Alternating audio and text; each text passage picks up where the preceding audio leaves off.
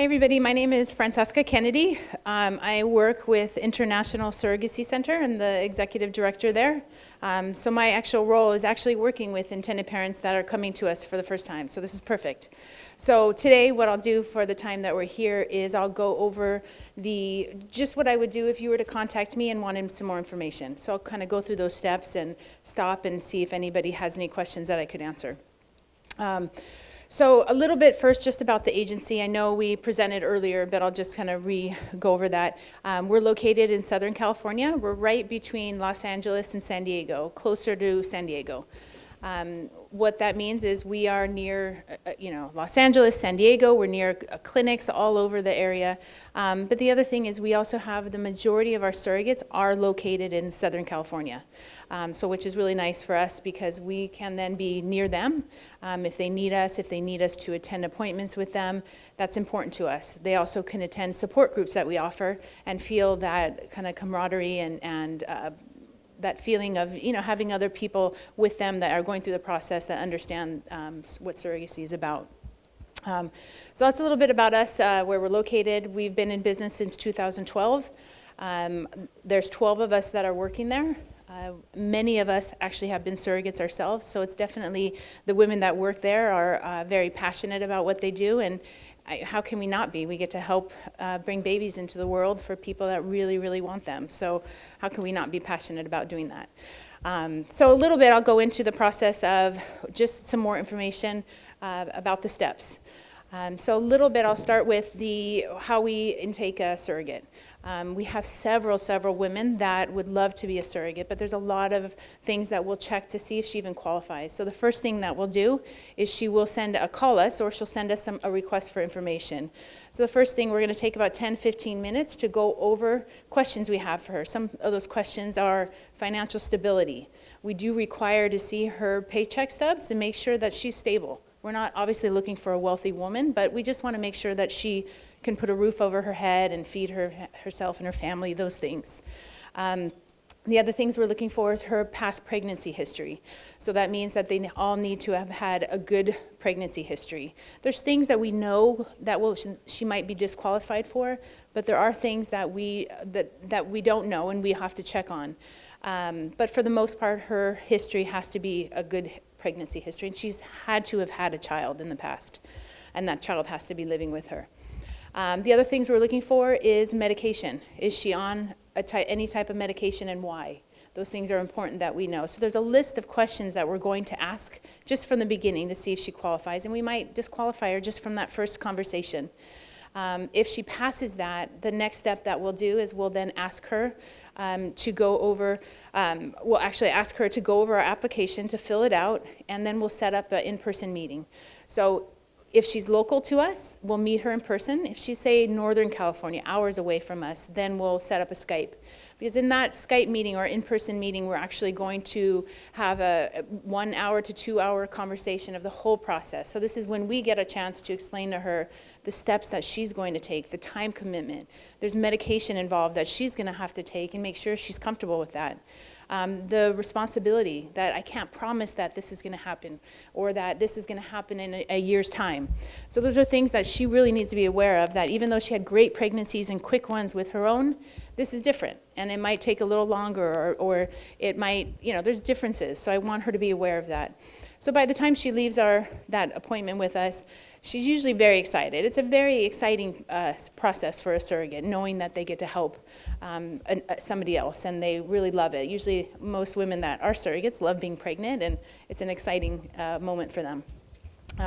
So after that step, we'll then request her medical records from her past OB doctors and past clinics, the obstetrician offices. So we don't allow a surrogate to just hand us her records because we don't want any pages omitted or anything like that. We're going to ask directly from the hospital. And what we do then, we don't have a doctor on staff, but what we'll do is we'll look through them to make sure there's no red flags. So for example, things that we're looking at, one is she can't have had gestational diabetes. If she did, if it's diet controlled, then that's okay. But if it was medication controlled, that's a disqualification. So we're looking for things that maybe she didn't think were important to tell us, but are very important. And so that's another level where we might disqualify her at that point. What really happens is of all the women that contact us, we only take 6%. So there's a really high unfortunate rate that can't continue on for whatever reason it might be. So there's steps in the process to have this girl go through intake with us. And actually the length of time, it takes 2 to 3 months for that to happen. So it's a pretty lengthy process. And we're pretty strict. But that means that by the time you're looking at our surrogates, we know that the surrogate that we're giving you we've really thoroughly looked through her records. We've really looked to make sure that she's a good candidate for you, and emotionally as well. Once we've gotten all her records, the next step then is to run a criminal background check on her, and if she has a spouse or significant other, to run a background check on them. That comes back to us pretty quick. Once we have that, then we run the mental health screening on the surrogate and her significant other. And we wait for that to come back. That's an important piece because we'll read it to make sure that everything on there has already been exposed to us as well. There's nothing new on it that we weren't told about. Once we've read it and we've cleared it as well, then we feel that she's a good candidate to put up in our database. So how our agency works is actually we don't hand you a profile of a surrogate and say, here's 2 available for you. We actually have a database of surrogates that once you're in touch with me, we would give you the password to that and you start looking through our surrogates. You would see at that point all the girls that have already had their background checks done, their mental health screening done, we have records, and you'll see their profiles. So a profile in our agency looks like this. It has a brief, quick description of the surrogate. It has her application, and there's tons of questions on her application. We really want you to get a really good idea of who this woman is. And you get a good sense of who she is from just reading these. You should.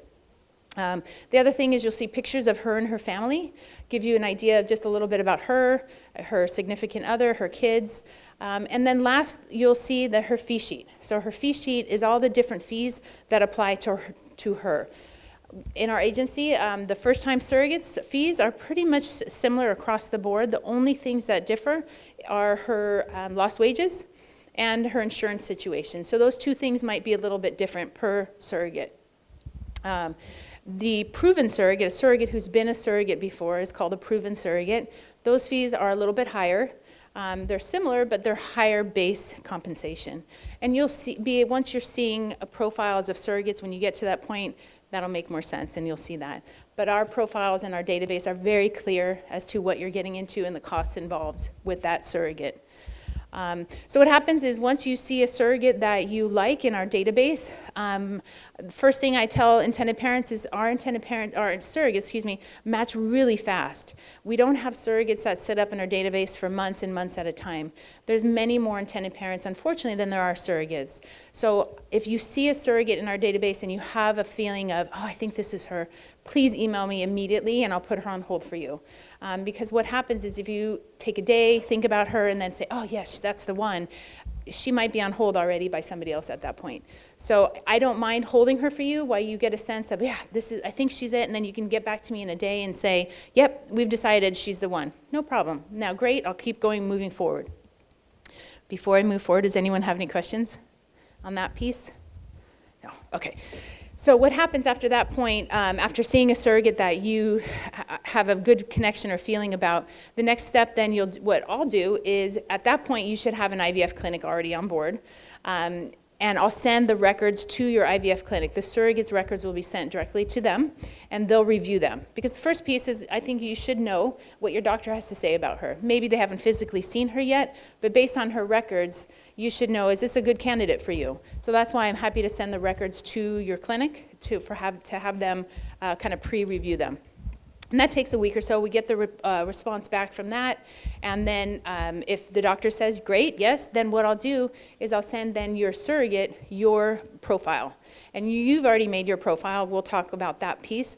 But basically, it's your questions answered by you, as well as pictures that that surrogate will get to see. And that surrogate then will make a decision if she would like to meet you. So this is a joint decision. So it shouldn't be that you just like your surrogate and now you've chosen her and she has to do this for you. A surrogate should really also want to do this for you, and it should be a good relationship and connection. And it's, as a surrogate, because I've been a surrogate myself, to me that's really important. So that's a big thing. When I'm helping match you, if you don't feel right about it, if the surrogate doesn't feel right about it, I would tell you, and I'll be honest with you, and tell you this is not right. Wait till you find it right. You should really have a good feeling from the minute you see her profile all the way to the end after you've matched and you've had a Skype with her or met her in person. It should still be that strong. Anyway, once the surrogate has seen your profile, I'll set up a Skype if she's agreed to it, and we'll set up a Skype and we'll meet. And it's really just a chance to get to know each other, and everyone's nervous and excited, and it's totally normal. But it's really just a chance to ask each other questions, to see, does it feel right for you? And after the Skype, I'll give everyone a day or two to think about it. Did it feel good? Did it feel right? If both parties do email me after that they would like to be matched, then I'll consider it a match. And at that point, that's when I will then create your file, and you'll start working with one of our case managers. And just so you know, all 3 of our case managers have been surrogates before themselves, so it really adds on a piece of just more for you as well as your surrogate, just because they understand the process, they understand what your surrogate's about to go through. They can walk you through it as well based on their experience. And so you'll start with your case manager. At that point, your case manager is the person that's going to guide you from the very beginning all the way to the end when it's time for you to come for the delivery of your baby. So this person, this case manager, is going to walk you through every single step. So this in our case, it's women. The case managers are all women. She'll be the one that will, first step, is going to reach out to your clinic and say, this person is now matched with this surrogate. Here's their information. Please contact the surrogate to set up her medical screening appointment. So it's our job as an agency to make sure that all the pieces are working. Things are moving forward as they should. Of course, in this, there's science, but there's also nature involved, and unfortunately, we don't have control of nature. But everything else that we can control, we're going to make sure is going smoothly. And that's important because you're putting in trust in us that we know what we're doing, and we've done this, and we're on it. We're not just, ignoring whatever it needs to be done. So we're really good at that, making sure things are running smoothly as best as possible. So for example, when it's time for contracts to be done, if your surrogate has not talked or has her contract and has been sitting on it for 2 weeks, it's my responsibility or our responsibility to find out why. Why hasn't she reviewed it, and why hasn't she already talked with her attorney after, maybe having it a week? It shouldn't take that much time to go through. So those are things that we are aware of that we need to make the ball running when it's time. So your case manager is the one that's going to walk you through all the steps, from working with the IVF clinic to then working with your attorney to create your contract, then through the pregnancy. So going through the pregnancy is several months, but it's exciting, and it's there's doctor appointments and things like that are happening. Before I go on, is there any questions with any of those pieces? No. Okay. I'm kind of doing a kind of a rush kind of through the steps, but even though all these steps that I'm telling you right now, these are things that with our agency, we are walking you through email by email, obviously, or a phone call if that's what you wanted, piece by piece. Just because I'm telling you this now, I don't expect you to remember this when it's time, when you're matched and you're on your journey. So we'll guide you through every single step as you're going through it. So once your surrogate is at her OB doctor, this is the doctor that she's chosen or we've helped her choose. This is something that's, it's an important new step because your surrogate's been with your IVF clinic this whole period, and now she's starting to go to her obstetrician.